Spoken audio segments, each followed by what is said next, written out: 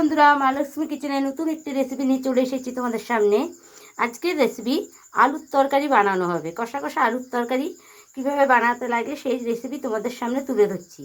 এখানে আমি আলু সিদ্ধ করে নিয়েছি, দেখো ধোয়া বেরোচ্ছে। গ্যাসে কড়াই বসিয়ে দিয়েছি, এখন তেল দিয়ে দিব। সবার প্রথমে দিয়ে দিচ্ছি সরষের তেল। তেল গরম হয়ে গেছে, এখন আমি আলুটা ভেজে নিচ্ছি।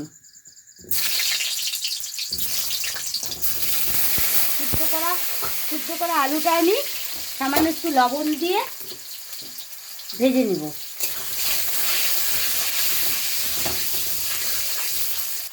এখন একটু হলুদের গুঁড়ো দিয়ে দিচ্ছি, সামান্য একটু হলুদের গুঁড়ো দিয়ে ভালো করে ভেজে নিচ্ছি।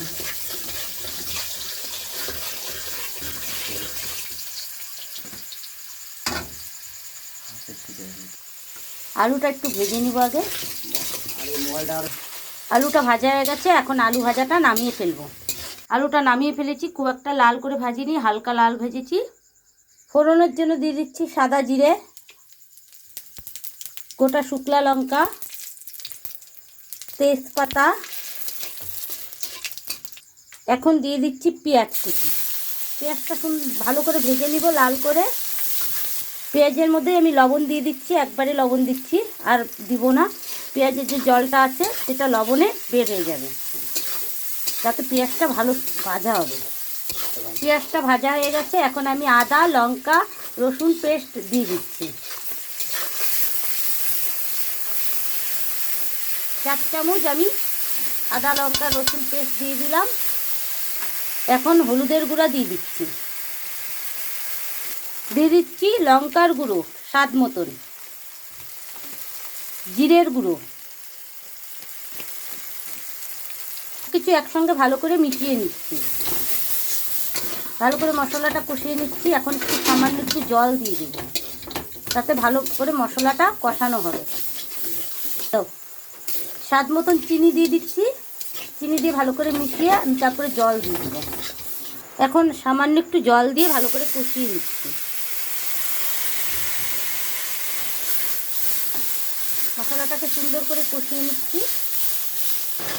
যখন মশলার থেকে তেল বেরিয়ে যাবে তারপরে আমি আলু ভাজাটা দিয়ে দেব। প্রচণ্ড পরিমাণে বৃষ্টি নেমে গেছে আমাদের এখানে, জানি না তোমরা শুনতে পাচ্ছো কি না, খুব জোরে বৃষ্টি নেমেছে। মশলার থেকে তেল বেরিয়ে গেছে, এই দেখো বন্ধুরা। এখন আমি আলু ভাজাটা দিয়ে দিব। ভাজা আলুটা দিয়ে দিলাম, দিয়ে ভালো করে কষিয়ে নিব। এখন সামান্য একটু জল দিয়ে দিচ্ছি, দিয়ে ভালো করে মিশিয়ে নিচ্ছি। একটু কষানো হলে তারপরে আমি মাপ মতন জল দিয়ে তারপরে রসা রসা করে নামিয়ে নিব। দেখো বন্ধুরা, কি জোরে বৃষ্টি নেমেছে, মুষলধারে বৃষ্টি নেমেছে।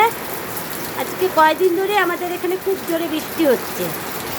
কি সুন্দর কালার এসেছে দেখো। কষানো হয়ে গেছে, এখন আমি মাপ মতন জল দিয়ে দিব। জল দিয়ে দিয়েছি, ভালো করে ফুটিয়ে নিব। একদম কষা কষা টাইপের বানাবো রুটি দিয়ে খাওয়ার জন্য। আলুর দমটা হয়ে গেছে, এখন নামিয়ে ফেলবো।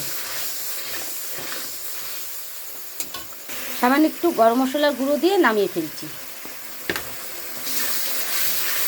যদি ভিডিওটি ভালো লাগে অবশ্যই লাইক কমেন্ট শেয়ার সাবস্ক্রাইব করবেন। মা লক্ষ্মী কিচেন এরকম নতুন নতুন ভিডিও দিবে। আর ভিডিওটি আপনারা দেখে আপনার বাড়িতে এইভাবে আলুর দম বানাবেন, অবশ্যই ভালো লাগবে। এই বলে ভিডিওটি এখানে শেষ করছি। নমস্কার বন্ধুরা, গুড নাইট।